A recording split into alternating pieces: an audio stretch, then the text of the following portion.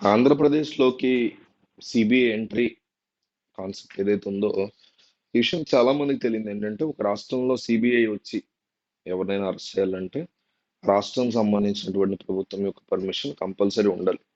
కేంద్రంలో బీజేపీ ఉన్నప్పుడు, లేదా కాంగ్రెస్ అగెనిస్ట్‌గా ఉన్నవాళ్ళు కావచ్చు, బీజేపీ ఉన్నప్పుడు బీజేపీ అగెనిస్ట్‌గా ఉన్న తృణమూల్ కాంగ్రెస్ లాంటి వాళ్ళు కావచ్చు. అసలు పర్మిషన్ అనేది ఇవ్వరు. ఎందుకంటే కేంద్ర సంస్థల్ని కాంగ్రెస్ గాని, బీజేపీ గాని చాలా దారుణంగా జేబు సంస్థల్లా వాడుకుంటాయి.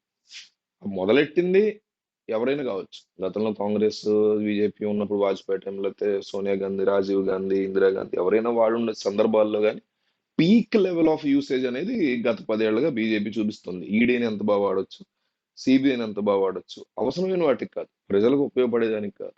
తమ రాజకీయ కక్ష సాధింపు కోసం.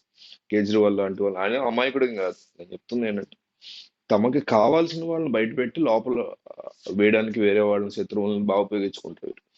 అయితే ఈ నేపథ్యంలో 2017 ఆ టైంలో 2014లో గెలిచి ముఖ్యమంత్రి అయిన తర్వాత చంద్రబాబు ఏపీకి ఎన్డీఏ అప్పుడు కూడా కూటమి ప్రభుత్వం 2018 ఆ ప్రాంతంలో 17 ఆ ప్రాంతంలో బయటకు వచ్చేసి అలా బయటకు వచ్చేసినప్పుడు తన మీద ఈడీ సిబిఐని ప్రయోగిస్తారని చంద్రబాబు వెంటనే ఈడీ రాకూడదు, సిబిఐ రాకూడదు ఓపెన్ గా పెట్టారు.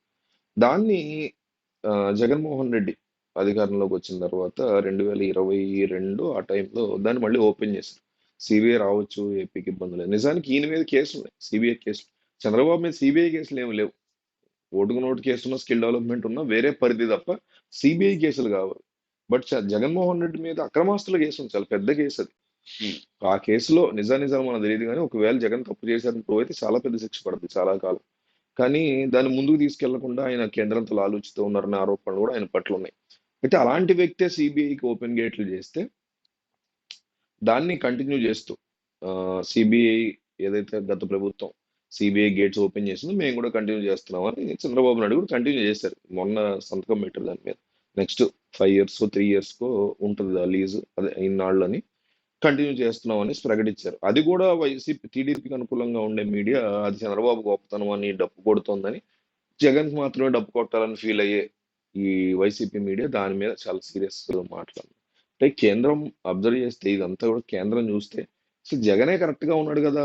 తన మీద ఉన్నటువంటి కేసులు ఆల్రెడీ ఉన్నా కూడా సిబిఐ వచ్చినా పర్లేదు ఏపీకి అనే నిర్ణయం తీసుకున్నాడు అంటే జగనే కరెక్ట్ వేలో ఉన్నాడు కదా, జగనే కరెక్ట్ రాజకీయం చేస్తున్నాడు కదా అని నరేంద్ర మోడీ లాంటి వాళ్ళు, అమిత్ షా లాంటి వాళ్ళు, ఇంకొకళ్ళు కేంద్రంలో ఉండే పెద్ద తలకాయలు వీళ్ళు అభిప్రాయం వ్యక్తం చేస్తున్నారు అంటూ వైసీపీకి అనుకూలంగా ఉండే మీడియాలో స్ట్రాంగ్ వార్త అయితే హల్చల్ చేస్తుంది. సో సిబిఐ పెద్దలు నిజంగా ఏపీకి వస్తారా, జగన్మోహన్ రెడ్డి సంబంధించిన అక్రమాస్తుల కేసులు బయటికి తీస్తారా లేదా, జగన్ ఏమో ఇప్పుడు యూకే ట్రిప్ వెళ్ళడానికి తన పిల్లల దగ్గరికి, కూతుళ్ళ దగ్గరికి ఆయన ఆల్రెడీ కోర్టును ఆశ్రయించారు.